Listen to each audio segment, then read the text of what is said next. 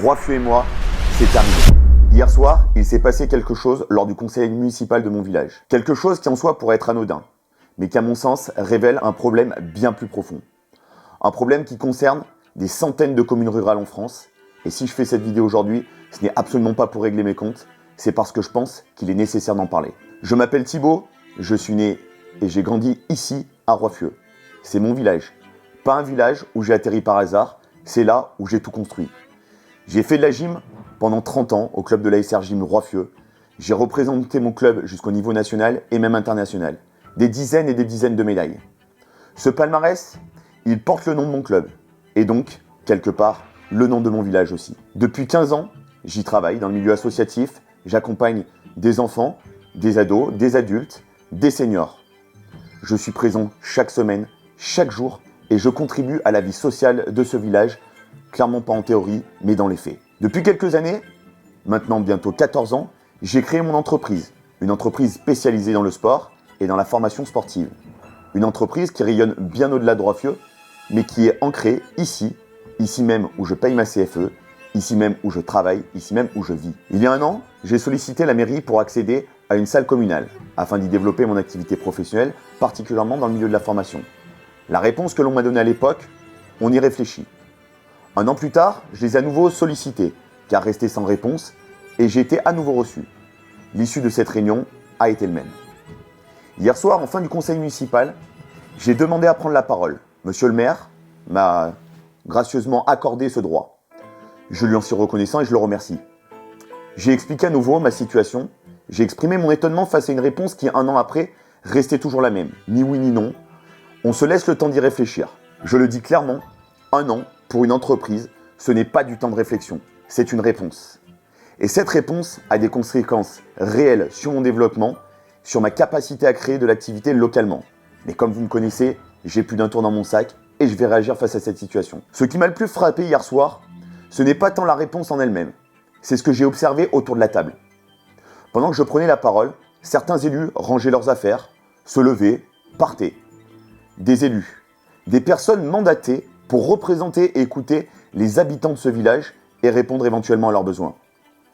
Je ne dis pas ça pour accabler, je le dis parce que ce geste, ce simple geste, se lever pendant qu'un habitant parle, dit quelque chose. Il dit quelque chose sur la place qu'on apporte aux citoyens, aux entrepreneurs locaux et à ceux qui essayent de faire vivre le territoire et le tissu économique. Il y a un argument qui a été avancé également hier et sur lequel je veux m'arrêter parce qu'il mérite qu'on le déconstruise. On m'a dit en substance, le fait que vous payiez votre CFE ici, à Roiffieux, ne vous donne pas plus de droits qu'un autre. Je m'inscris absolument en faux contre cette affirmation et je vais vous en donner les raisons. Ce n'est pas une question de droits supplémentaires, c'est une question de logique économique et de cohérence territoriale. Quand une entreprise s'installe sur un territoire, qu'elle y paye ses taxes, qu'elle y génère de l'activité, qu'elle y emploie ou qu'elle y forme des gens, elle contribue à ce territoire. Un territoire qui accueille, qui facilite, qui soutient ses entrepreneurs locaux, c'est un territoire qui se développe. C'est aussi simple que ça. Ce qui m'a interpellé également, c'est qu'on peut apparemment mettre des salles à disposition à des entreprises extérieures à la commune, et je trouve cela très bien, sans que cela d'ailleurs ne pose de problème. Mais pour un habitant, un entrepreneur local, un enfant du village, cela poserait donc un problème ? Je ne comprends pas vraiment cette logique, et je ne crois d'ailleurs pas être le seul à ne pas la comprendre. Et c'est là où je vais élargir mon propos. Parce que mon histoire, elle n'est pas unique, et c'est celle de tant d'autres en France. La France rurale est en train de vivre quelque chose de profond.